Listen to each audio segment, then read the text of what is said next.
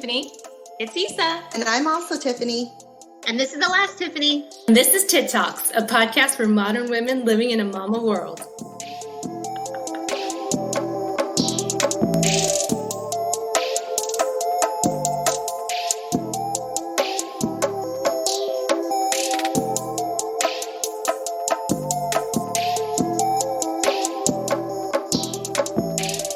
Happy New Year, friends, and welcome back to TITT Talks. We have a really special episode for you today to close out our second season. So special, in fact, that we brought on a few guests to make the episode even better. So please welcome to the show our very own TITT Talks fam, hot mamas, Jeanette, Rose, and Maureen. They have been with us since day one, actually since before day one. And not only are we so appreciative of your support, but we are so impressed with what you guys do every day as activists and for mothers, modern women who do it all. So Jay, Maureen, and Rose, please tell us all about yourselves. Okay, I guess I'll go first. My name is Rose. I first was introduced to you four beautiful ladies through my friend Tiffany, who I call TT. We've known each other for a long, long time.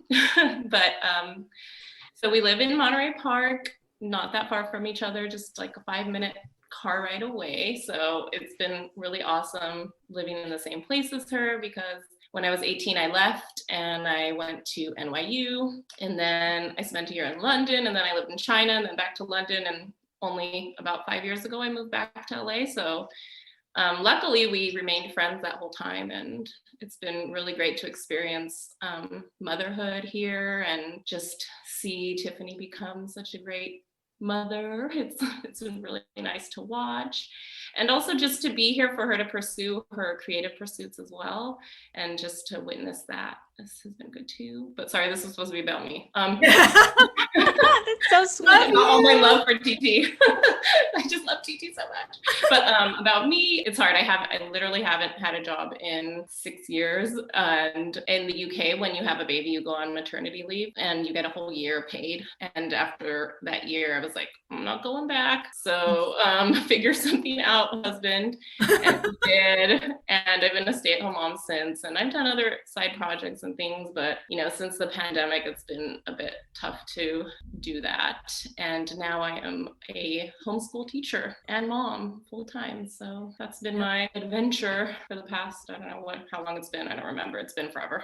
And then one of the few, because you're too humble to self-promote, she did have a business called Sign and Sing Baby, which is based on introducing language at a young age, which was a huge resource in our community. And she is a community activist. So Rose does a lot for the city. That's true. I was president of the Moms Club of Monterey Park in Alhambra as well. That was really good to come here and feel like we could make a community in Monterey Park, because it's so suburban and it feels so disjointed sometimes, but actually it got to the point where I would go to the library and always see someone I knew, or go to the park and bump into someone, and it felt really nice. Thank you for being here. Welcome. Maureen, since you're unmuted already. Hi, my name is Maureen. Let's see. I would like to go along the ways to introduce myself the same way as Rose. So I know the Tiffany's through Issa, and I'm sure I met them in one of the many parties they've thrown. And I guess that's how I continue to got along with her, and then to find out that she's my now new neighbor is amazing. Basically, that's the little introduction, and I have followed TITT Talks since the beginning, and mostly when I'm about to go to sleep or doing the laundry, so I can have a little chuckle here and there, so it doesn't seem like all chore. Currently, I am working at a huge facility and doing a message nursing, and that's pretty much it. I have 2 little kids. They're under 5. They're about 2 years apart, and currently engaged, waiting for that wedding date. We shall see. Pretty much it. Maureen, you are one of our heroes because you are a nurse, and then also your fiance is a nurse. So, thank you. Thank for you. what you've been doing this whole pandemic, because it's a lot. And also we have teachers here too, which is another essential person to making this world go round, especially in the pandemic. Thank you. Jeanette. Hi guys, so I'm Jeanette, but I really go by Jay. As a Latina, I never understood why my mom named me Jeanette when she can't even pronounce it herself. So my whole family has always called me Jay because they can't pronounce Jeanette. So, I met all these lovely ladies of TITT Talks at UCLA via Issa. Issa and I were dorm neighbors our freshman year in college, and that is a very fun story because she was not very fond of me when she I first was met not. me. Don't talk to Jake. She knocked on my door and was like, "Hi, I'm your neighbor." And I was like, "She's too friendly." That's literally her reason for not liking me. But I won her over, and we become sisters and family over time. And I couldn't imagine life without her. And because I couldn't imagine life without her and her family, you guys are part of that family, and you've become part of mine as well throughout the years. So I love you all, and it's so great to be here today. I am the farthest one away from you guys on this call. I am currently in Arizona, which is a recently flipped state. Woot! Very excited about that. I am a former teacher, currently working as a counselor at an elementary school where my focus is on the social emotional development of our students, our children, and teaching them mindfulness and social skills and everything social emotional that they need to build a strong foundation to be able to identify their feelings and cope with their feelings and grow in empathy and just learn to build solid relationships with each other. I'm a personal trainer on the side.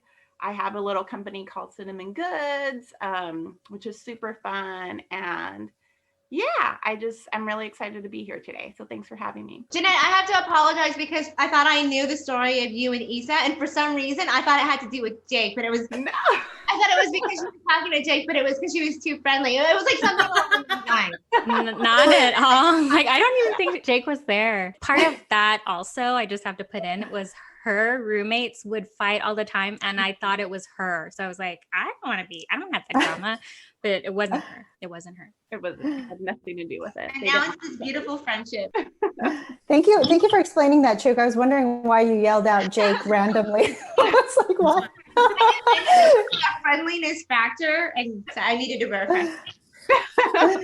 Well, so with that said, Jay, Rose, Maureen, thank you guys so much for joining us. You know, just to re-echo what Issa already said, you guys have really been supporters from the beginning, and we can't thank you guys enough. I think, you know, with your backgrounds in education and being frontline essential workers, you guys are going to add so much to this dynamic conversation we're about to have. So thank you again for being here. We appreciate it. Okay, so today's episode will feature some discussion about 1, our season highlight, 2, what the heck is going on with our government, and 3, the pandemic and how it continues to rage on. Also, how it has affected our roles as mothers, educators, and responsible human beings. So that's a lot of stuff to discuss. So I can't wait to get into it. Starting with our season 2, we have had our share of fun and serious topics this season, from raising compassionate children, to travel, to food, to a really great episode on mental health. It's been a serious learning experience, and we're really thankful for all the feedback that we've gotten. So I'd love to hear from you, any of you ladies. What were some of the highlights of this season? I'm going to go just to avoid the awkward pause.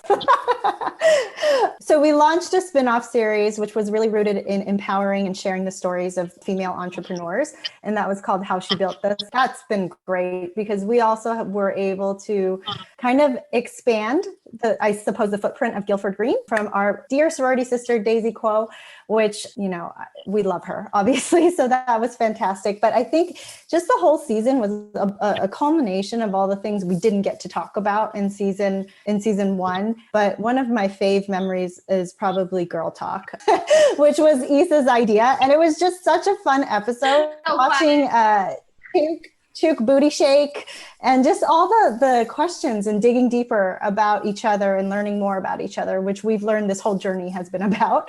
And it just brought us closer together. So that's, for me, my highlight. So I totally agree. I loved Girl Talk, and it was the last time I saw you and Issa in real life before this whole thing really took a spike. Issa's idea for the mukbang, that was awesome. I loved eating ice cream with you. It's like, okay, you know, time to take a bite of a new flavor. Like, I can do this. I can take a bite of ice cream. Thank you for bringing me out of my shell and making me Booty pop. booty pop. Booty the pop. booty pop, which I knew I was gonna pick. I knew it was gonna be me when we had to pick names out of the jar for that. But yeah, at least you got the wig. Which I'm about to just wear wigs like with this pandemic just to have fun. Just see what people have to say. Have a conversation piece. Yes. Yeah, do it. Yes. I think my favorite part was definitely getting to know you guys more, but also seeing like people's engagement and interactions, because we started this probably thinking like not even our friends would listen to us. So to see comments, to get text messages, for people saying like, oh, I feel like I'm hanging out with you, or oh, I never knew that about you. I think that was really fun. I'm gonna chime in one more time.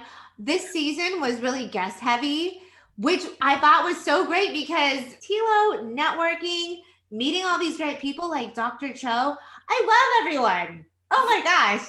I love all our friends. I just want to throw that out there. You guys have really created like a community during this time when it was needed the most. So it was like always really neat to be able to listen to you, see you. Like for the Girl Talk episode was super duper fun. It made me feel like I was connected and in the living room with you girls, like just hanging out with my girlfriends. And I opened up a drink and I was like, I'm gonna drink with them. I wish I had the food too, but you know. So I'm just really proud of you girls because you truly have exceeded any expectations on what you could possibly create, especially during such difficult times. Like you really have created this community of like-minded individuals, and we're here to continue to support you guys because you guys are doing amazing things. So keep it up, ladies. Thank you.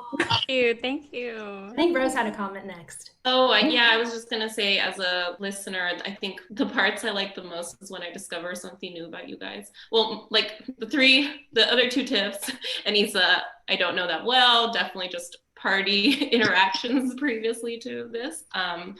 But it's been very interesting. I'm like, wow, they're so deep. Oh my gosh, they've been through so much. They're so smart. When I'm listening to episodes, it's so cool. And then when I learn things about TT, I'm like, how do I not know that? I'm like, what? She's gonna write a novel? That's amazing. I know. I felt the same. It's just like really fun to discover. But for me, this season, I really liked the episodes raising compassionate children, and I thought your mental health episode was very, very necessary to hear, especially as a mother, and like what, you know, basically all four of you went through mental health issues, and it's like every single mother goes through mental health issues. You know, it's not easy. And also I think that, you know, sometimes you don't realize you're going through it until, you know, you look back and you're like, oh, actually I was really depressed. So it was really brave of you guys to share your experiences. And I in particular enjoyed hearing about Issa and just the grounding exercises you did, and knowing that you had to go and be in a group. And I thought that was really inspiring. And Thank you. Thank you guys. Well, I just basically want to generalize, and that despite how many years you guys have known each other, it feels like every episode you're getting to know each other better, or continue to push each other to grow even better. I love that I can connect and I don't feel alone despite what's going on. So I just really appreciate your honesty and how you guys are just pretty much your rawness out there. Wow, I have to say I really appreciate all of that, because I think maybe just from my perspective, when we're done, sometimes I feel like we didn't go deep enough, or I wasn't as vulnerable as I could be. So that makes me so happy. Thank you guys all so much for sharing and really helping to uplift this community, because that's what you're doing as listeners and participants. So with that said, we're going to move on to one of the topics that's obviously pertinent to us all, which is pandemic motherhood. Man, it has been a year, and and you know, many of us have had our children home with us for a portion of the year, or if not all the year. And I think we had some hope that 2021 was going to be a little bit better, and then the first 6 days just proved us wrong real fast. But within that, there have definitely been rays of light, i.e., the blue wave descending upon Georgia, which woohoo! But you know, I really want to kind of give you guys space to share like what it's been like like being a mother in the pandemic? For me, I basically hit a wall in December between the work stress and just the culmination of having the kids home all year. I'm an introvert. And what I realized was like, shit, nobody leaves this house. I actually don't get that time to myself where I used to drive to work or drive to a store and I could just be alone in my thoughts. I don't have that. Like, even when I'm exercising, I'm worried about what this kid is doing or what the other kid is doing. So I think, some of you may be able to appreciate that sentiment, but I'd love to hear your guys' stories, maybe as mothers, and also how that's tied into your profession about, how you've navigated this past year. Maybe Jeanette, do you want to start as an educator and a counselor? Sure. It's been hard. And I think that's like the consensus, right? Like for all of us in different ways, regardless of whatever our situation is at home or in the workplace, being a mom is just hard, right? Mamahood is just the most difficult, beautiful journey you could ever be on. Right. It's hard without the pandemic. Right. Yes. Yeah. That's just like flat line, baseline, and then being home 24/7. And we're a very active, busy family pre-pandemic. My kids have always been I have a 7-year-old son, Oliver, and a 3-year-old daughter, Luna. And they've been very active, gymnastics and dance classes and sports and after school activities. And then all of a sudden everything came to a halt. And for us, it's been locally, we are the only family that I know that have been this strict about the pandemic because my husband has pre-existing conditions. So it makes him very high risk. So we are very much have been on lockdown since March. When things calmed down for a little bit, we were able to safely socialize, but then that quickly was put to a halt. So it's been really difficult. I think that it has required a lot of patience, a lot of self-analyzing, a lot of perspective, because in the past, I would constantly think, I wish I had more time. If only I had more time, right? Because we were so busy. And then I gained all that time. And I did get to see the things that I never got to see before. With my son, Oliver, him taking, maybe when he tried a first food or took a step or just did something innovative and new as he was growing, I missed all that. And someone would have to tell me what he did. And then now all of a sudden I get to see those things. Like they've grown out of shoe sizes and have gotten into a new size of clothes. And it's like those very minuscule things that keep our perspective, right? And we're like, wow, we're so lucky we get to see this. With working at home, because I do work in the mental health field specifically for children, I had no idea how much they were listening in while I'm teaching, while I'm having my counseling sessions. And my children are just so self-aware and empathetic. They've also, though, on the flip side, have recently started fighting with each other, which is the most annoying thing in the world. And no one prepared me for that. I had no idea. They're fighting over Zoom? Huh? They're fighting over Zoom? No, just in general. So I'm teaching, right, a counseling skill, and then I can hear them. And I'm like, oh my God, you guys are literally fighting with each other. But at the same your kids, Oliver yeah, and no, Lulu. my own children, Oliver and Luna, have started fighting. I wasn't prepared for that. I feel you on that one. It's rough. Yeah. I assumed because they had made it this far that they were good. I don't know, we're It's all a sign that we're all done. Right. I just feel like every day we are first-time moms, right? We don't know what it's like to have our children this day. It changes every day. So it's great and a blessing, but so hard and difficult. And for me, I'm an extrovert. I'm a very social person. I'm like I bought a house thinking it would be filled with people all the time. And that hasn't happened. So on a personal level, it's been really difficult for me, but it's a balance. And I just keep thinking, as long as we are safe and healthy, that's the biggest blessings that we could ask for. Thank you for sharing that. And, you're right. Perspective is everything. That's all we have to navigate this. Well, I've continued working since the pandemic. If anything, the only change that I've noticed, or the biggest change I've noticed, is I have not gone to the grocery store or even Target. Everything's online. And the few days I have gone, I felt like, I'm like, oh, wow, everything's so new. But as soon as I see people coming in, more people coming in, I'm like, I'm going. So yeah, the day-to-day things that normally has been done is on hold, which is totally fine and I totally understand. But it has been difficult for me because I feel that I still have my job, and to see all these things, like when the unemployment rise, like it's been very hard to be happy for a long time. I just have bouts of happiness, and then all of a sudden I see something else. I'm like, and how many people are affected by this pandemic.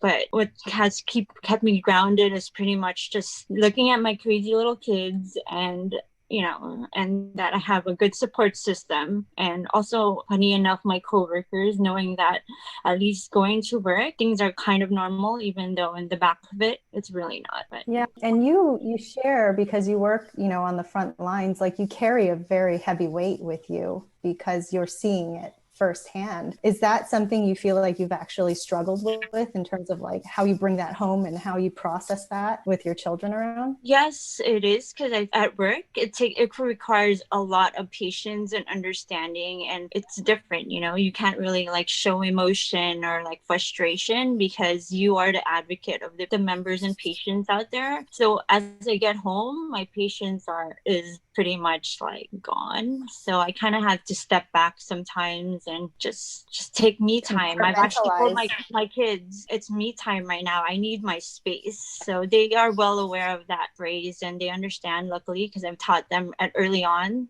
that you need your space. That's been helpful for me. I appreciate you sharing, Maureen, because I Thank you for think sharing. I think that we don't hear these. I mean, we do see it in the news, but we don't hear that mother perspective also as a nurse, and how it's affecting you. And I can feel it, how it's affecting you. And so just thank you for being vulnerable here. Thank you. Thank you for your service. I know.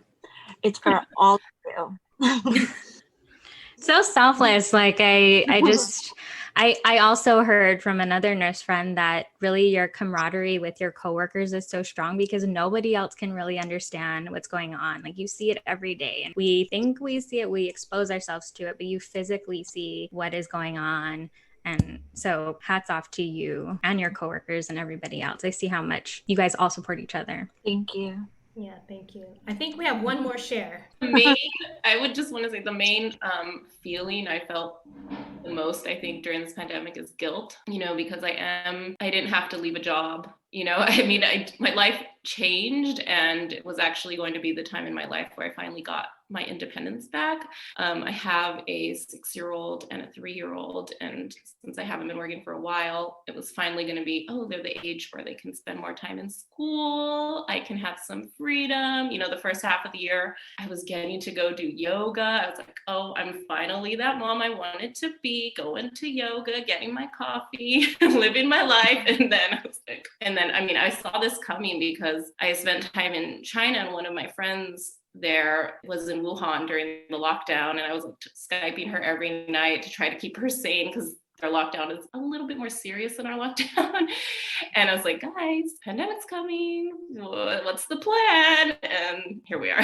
There was no plan. Yeah, it's true. And I tell her this all the time. Like Rose was the first one to actually get really, really alarmed at the end of January. And she would text us. And, there really wasn't any sense of urgency or anxiety from our group chat. But she was like, oh my gosh, guys, I feel like this is going to be really bad. Once it hits the US, it's going to be like uncontrollable. If only I had invested in Zoom, I don't know what I was thinking. If only we all knew Zoom would take off. Should have been more thoughtful. But so yeah, I think the guilt is basically from the fact that we have been healthy, we have been happy. Yes, I've definitely had mental health struggles because, like you said, there's no space ever. I have my boys who want to be with me while I'm on the toilet, at all times, and just like, go away, leave me alone. So what's really helped is podcasts, and especially like therapy podcasts, and getting time to do physical activity. And yoga has changed my life. And I think one of the big things I've learned as a mom is that no one is going to sign your permission slips. So if you need that time, you have to ask for it and advocate for it. And I'm incredibly fortunate because I have a partner that's so supportive, and I can just say, hey, I need this hour. Like, the kids are watching TV. Bye. It's actually, my life is, some things have gotten better. Like, he's here to cook dinner every night. I used to feed my kids all alone. And yeah, but I think, just being overwhelmed by the news and social media and this dystopia we live in has been very, very hard for sure. Yeah. And trying to shelter your kids from that at the same time, not hide it from them. It's just this minefield, and just doing the best we can, and homeschooling as well. So that's been great. Yeah. Do you want to talk about the Scobie Cervantes School for the Gifted? Oh yeah, my school is called the School for the Gifted because obviously my babies are. I basically, when a month into the pandemic, we opened up our bubble to my sister and her daughters because they were they were struggling, and my sister and her husband both work. So it started with summer camp, and I said, you can drop your daughters off, and I planned random activities for them, and I enlisted the help of family members who one day each week would phone in and teach a class on Zoom. So that was cool. Like, my in-laws taught, Grampy Steve taught science, Nana Sue taught world cultures, and my little sister taught music, and it was fun. And it's kind of just been this adventure. And starting in September, I decided not to have my son go back to school on Zoom because we tried it in March. He was a kindergartner, and it was impossible to have him do the online class with my 3-year-old, like, in the background and them getting angry at each other. And so I was like, you know what? I'm going to do it. So I teamed up with one of my really good friends, Dee, who I met through the Moms Club, and we made a schedule, and her daughters come to their school, and we've had this pod, and it's been very good, but also very difficult because it means, even less time because I have to plan classes and research, but it's good because it's kept me busy and it's given me purpose in this, in this crazy time. Just doing our best to make sure our kids don't, like, the things we want them to remember from this time is the moments of happiness and, like, the plays we put on and the swim lessons we did. I don't want them to remember me shouting, "Don't touch that! Don't put your hand on your eye!" It's just, we'll see what happens. Who knows? Oh my God. I love that. Yeah, that's amazing. That is amazing project that you took on. You make it sound like it was nothing, but you don't just start a school and learn how to teach, overnight. So right. Well, I think overall, like, this whole group, and even just between you three, really represent, America right now. This is probably a good segue into just saying that this last December, 140,000 jobs were lost, and they were all women's jobs. They were all female. And that's because we're dedicated to our families. We are leading, we are basically running the country through this pandemic, but also that disproportionately the jobs that are being lost are ones held by Black and Latino women. And so I think it's important to say that, because in general, we are bringing, America through this pandemic, but also losing our jobs. And I read that in February, we were actually ahead of men in having like 50.03% of jobs. And now we're grossly behind because of the pandemic. So, anything we can do to help people through, but also tell our stories, I think is so important because of this disparity. Whatever we can do to close that gap, I think is important. So Isa, and I totally agree with that. I mean, who of us wouldn't agree with that? But so I am blessed to still, I live so close to my parents, and my parents, since I've gone back to work, have been watching my kids while I go into our, socially distanced office. But I know that when my dad is unavailable for half a day to watch the kids, I just would not be able to get any work done. I don't know how you do it, Tilo. I don't know how you do it, Isa, and all of you. I just hear from Tilo and Isa more about these issues. You're sheroes. I usually say you're heroines, but then I'm like, a little too close. Yeah. I know. Yeah, I'm in the same boat as Chu too. Like my parents, we live right next door to my parents, and like the 2 days in the past year that like they couldn't help us, like there was Nothing can be done. You just all suffer together. Michael and I are fighting. It's like nobody has any time to do anything. And to think that you women have been doing this for a year with no support, it's just like mind-boggling. I mean, it's amazing. In the spirit of transparency, I will say that it wasn't without a cost. I mean, like, you know, I don't think we were meant to stay at home with our partners like like this all the time, sharing parenting. And I think, you know, all the time together has really brought to light the differences in which we grew up, and that brings conflict, right? Because one way isn't right or wrong, but that's what you know, right? And as you're always continuing to grow as a person, you're trying to figure out, you know, well, how do I do this better? And you kind of have to be vulnerable enough to take that feedback and be like, okay, you're right, which I have a really hard time letting Dave be right, but sometimes he is. But it wasn't without a cost. And like we've been saying, it's been difficult.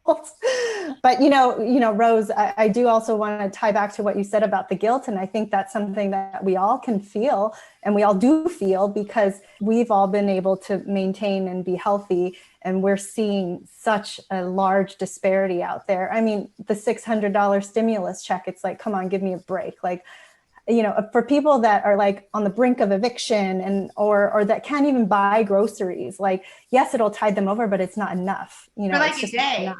Yeah. And then the other thing you said, I think, which would, you know, help tie us back into like the next part of our agenda, is just the dystopian like world that we're living in. I mean, like I was watching the news on the 6th and I was like, this is so weird. This looks like Hunger Games or some crazy ass shit that's happening on TV, but it's like real life. It was real life. And it was just unbelievable, like absolutely unbelievable. There's going to be a movie about it. And the thing is, there's got to be a movie about this, right? And certain actors are going to be there has to be play the roles, but it's so crazy. It could be, you know, how do you think about it? It's funny. It's so outlandish, but also it's not funny. And it's like very serious. So I imagine three different versions, at least, of the movies. Yeah. Crazy. And I think like also like as a country, or even as people that have been just sitting there in their privilege, let's say, we all know very well, if it was people of color that had, you know, invaded, there would have been so much more violence, right? And I think that that's sort of what is happening also around the world. It's like you couldn't avert your eyes from that. And you know now, even if you were sitting in your privilege and you didn't want to recognize it and nobody had confronted you about what privilege you were sitting in, now you know very clearly it happened. And that there is a very, very big difference between the way you're treated in this country if you're a white terrorist or if you're protesting for just basic rights, basic human rights. And it's just, it's really made me very heated. But that's my piece as I transition us to this next topic. Does anybody have any words on that they'd love to We're share? probably all speechless by now. We've all cried our tears. We've all expressed our,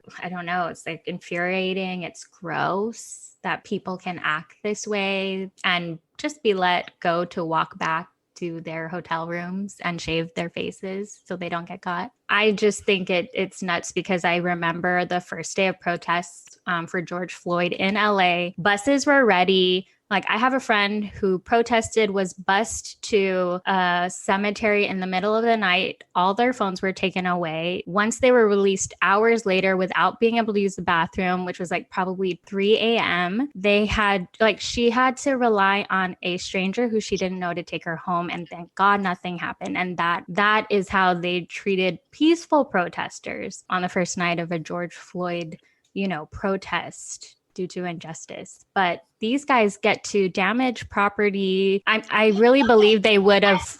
They get to trespass into the Capitol and be walked down the stairs Mm-hmm. so they don't get hurt. Or, I really do believe that had they infiltrated the House of Representatives floor without them being evacuated, there would have been more deaths. I really do. Hostages would have been taken, for Yes. sure. And imagine the situation when just like a small house in LA, there's like a hostage crisis. Mhm. It's like the whole freaking like SWAT team is on them. Yeah. It's crazy. Yeah, there's definitely something to be said about the response But for this sure. is indicative of the entire administration, right? Mm-hmm. And like for those people that are just surprised, like how could this have happened? It's like how These are Trump supporters. Yeah, people need to go to jail and impeached, obviously, but And thank God they're being arrested right now. Mm-hmm. Or I at mean least Trump. I mean the ones who are Cruz. going to be just, they have their place in history because of these professional photographs of them like dangling in the house and on the dais and sitting in Nancy Pelosi's chair, writing the word, the B word, even though we're allowed to cuss, right? And like just being totally disrespectful. Those are going to be in the history books that we used to read in high school. People are going to be carrying around these books with these photographs, and at least that will be part of his legacy. Trump's legacy. Well, we sure hope so, because I have family members that still believe. Even now? And honestly, I wouldn't be surprised that it's a plot, Antifa, that whole bullshit. Let's call it what it is, and so there's a lot of people out there like that. Let's not forget, was it 70 million people that voted for him? So we really have to keep fighting and see this through because it's not over. Yeah. And I also I think there's a lot of arguments about impeachment and whether or not they'll do it just, and go through the process because, there's less than 2 weeks at this point. But I think it is so important to follow through with it from a precedent standpoint because people need to know you freaking can't act like that and get away with it. Like that's essentially what Hitler did. Like, didn't he try to do a coup and then it wasn't successful? And then years later, he became the dictator. 10 years later. Because there wasn't a precedent, on top of obviously losing privileges like security and his pension and whatnot, he would also lose his ability to run again in 2024. And you said it right there. There was 70 million people that voted for him and they would probably be willing to vote for him again. And that we cannot allow to happen. So I'm with it. I'm with the impeachment, hoping that it moves through. But there were also, sorry, go ahead. I was just going to say, bringing it back to motherhood, that night I had to sit my 7-year-old down to talk to him about what happened. And I think that that's a very difficult conversation to have, but one that is very recurring in our household. We haven't shielded our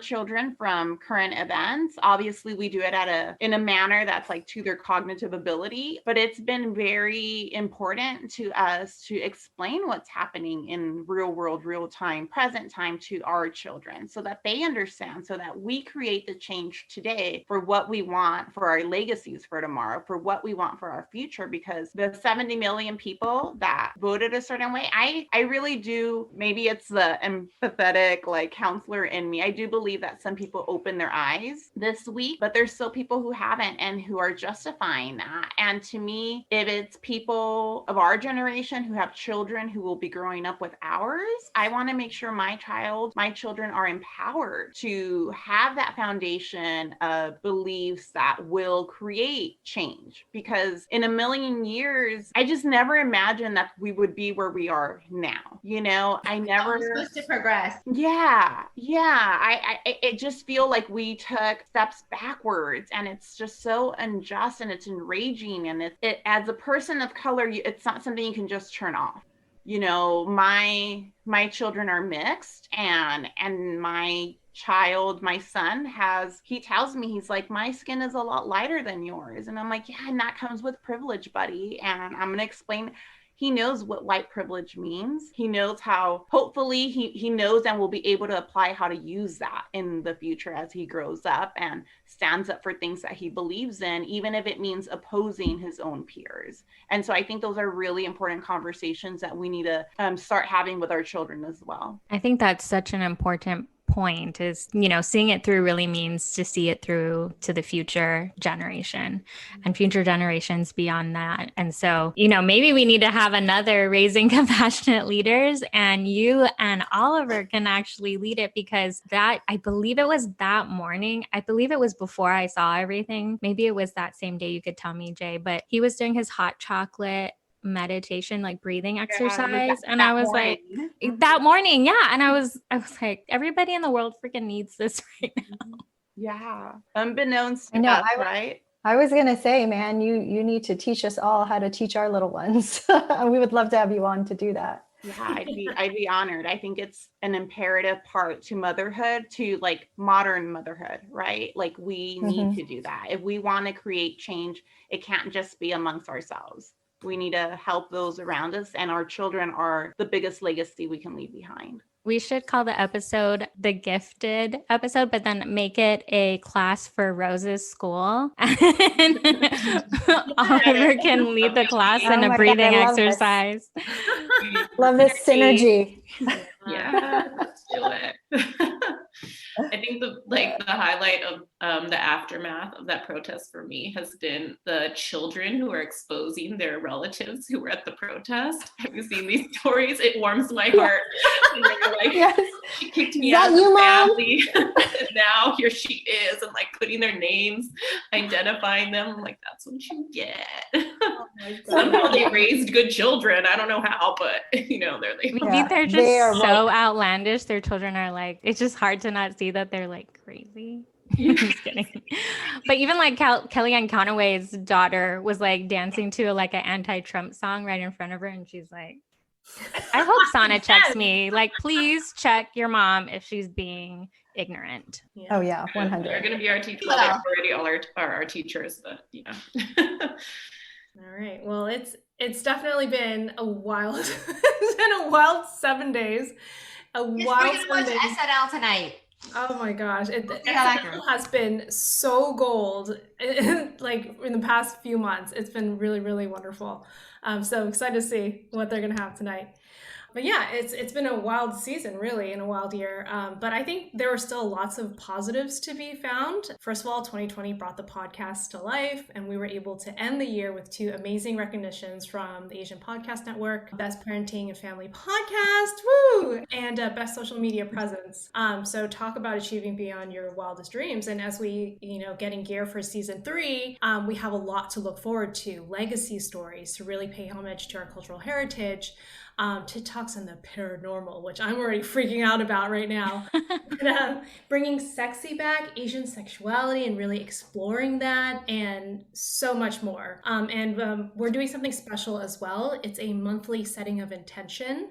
So I'm really excited about that, Issa. That was a really wonderful idea. Right. I think to go along with mental health, with self-care, and, I've done away with resolutions for like the past 3 years, but I didn't replace it with anything. And so I think, just as a group, as a community, every month we can set an intention that is achievable and that is broad, and that you can do small exercises, every day or every minute or once a week to achieve it. And so for January, we're going to do, I accept myself as enough. And I think this goes into mom guilt, into so many things, but we are enough. We do our best. And I know all these women here just go above and beyond and still think it's not enough. I'm one of those people. But we actually do so much. And to say to yourself and be proud of yourself and see those little tasks that you do and accept it as, I actually do enough. I want to change that. I accept myself as amazing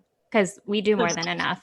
Yes, love that. That is our intention for this month. I love that. And, I just also don't want to forget about all the connections we've made this year with previous guests, with you gals, like our listeners. Much of the growth that we experienced this year was organic, but was also done through networking. So there was an individual aspect to it and also a network aspect to it. So we've had a lot of opportunities come to us through Jerry Wan and the Asian Podcast Network that we would be remiss not to mention, as well as the Asian Hustle Network and even the Hey Mama group that I'm a part of. So on that, to continue exploring those connections and growth, we also just added ourselves on Clubhouse. So you can also find us there individually. And we're planning to host a room and just chat about all these things that are so important to us as modern moms. So be on the lookout for that if you're on the app. Yes. And if you I'll have hand it over to you. Or an iPhone 6S. You can't get it if you have an iPhone 6. I've tried. You cannot. I think we've all upgraded beyond that, Chuk. I think you're the only one. who's listening is like, well, duh. I want to give a shout out also to Nicole Fisher for being a guest, Jenny Kim with amazing food experience, Guilford Green, and frankly, and then I can't forget to mention Karma from Booty Pop Fridays, a dear friend of mine, for, I mean, really, kicking off our Instagram lives and takeover with shedding light on body positivity and giving us, like some moves too. And I have to add, just like her mesmerizing content. Anytime I'm scrolling through Instagram and like her page comes up, I'm always like, oh, can I do that? It's like she does it so well. Well, one day I will be able to take one of those classes and I will do it. And you guys, one day we're gonna host a class. TITT Talks is gonna host this booty pop class, and you guys all are gonna be there because you're gonna shed all the notions of embarrassment or anything you might have, because it is just about being women and having fun. Yeah. And I'm going to drink before that too. Me too. Drink before I work out, but We'll have a wine and booty pop. Yes. Wine, yes. titty, booty pop. Yep. Yeah. You want to close us out, Chook? I'm going to close this out. Okay. I'm so excited to see what 2021 brings. Like, the possibilities, especially like, where are we? January 9th. January 9th. January 9th. Yeah. Oh my gosh, 11 days. Especially the 11 days following today. That's going to be crazy. And just like, okay, and the rest of the year. I'm so excited for what the year has in store for us. And I love that no matter what happens, I know that we have each other. We will have this community to talk to. And that includes all of our guests, Jay, Rose, and Maureen. I can't wait for the day that we're all vaccinated. I know that we're all pretty healthy. And depending on where you are, I mean, LA, 7.8 million before us. If you're in Orange County, you guys can always move to Orange County. There will only be 2.3 million in front of us. But For the vaccine. I think Maureen's vaccinated. Yes. And you deserve it. You still. I get my vaccine on Tuesday. What? That's amazing. God. I can't. Yes, because you are frontliners. Thank you so much. You deserve the vaccine too. We all deserve it, though. We all deserve it. I'm happy your state has gotten it to teachers and counselors. And if I could, I would take a bath in it, honestly. Once we're all vaccinated, we're going to have a big ass party together. We're all going to hug and Whoa, go crazy. Hug each other. Oh my God. Hug. We're going to shake hands. Yeah, we're going to shake hands too. We're going to touch each other. It's going to be such an odd party. Great content. Having parties, creating content, interacting with our husbands and our moms. Give us great content. But thank you for joining us, everyone. Let's keep in touch and keep on conversing in the future. And supporting each other. Yeah. Thank you. It was Happy fun. 2021. Thank you guys. Thank you guys for Bye. coming. Thank you, Maureen. Thank you, Bye. Rose. Happy New Year. Happy Happy New Year.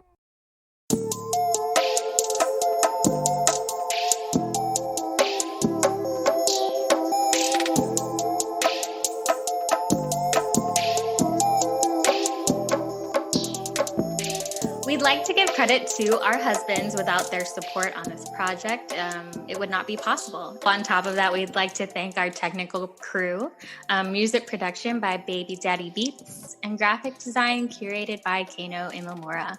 And also, I'd love to thank all of you guys, co-executive producers, all four of us. This is our baby, so thank you guys.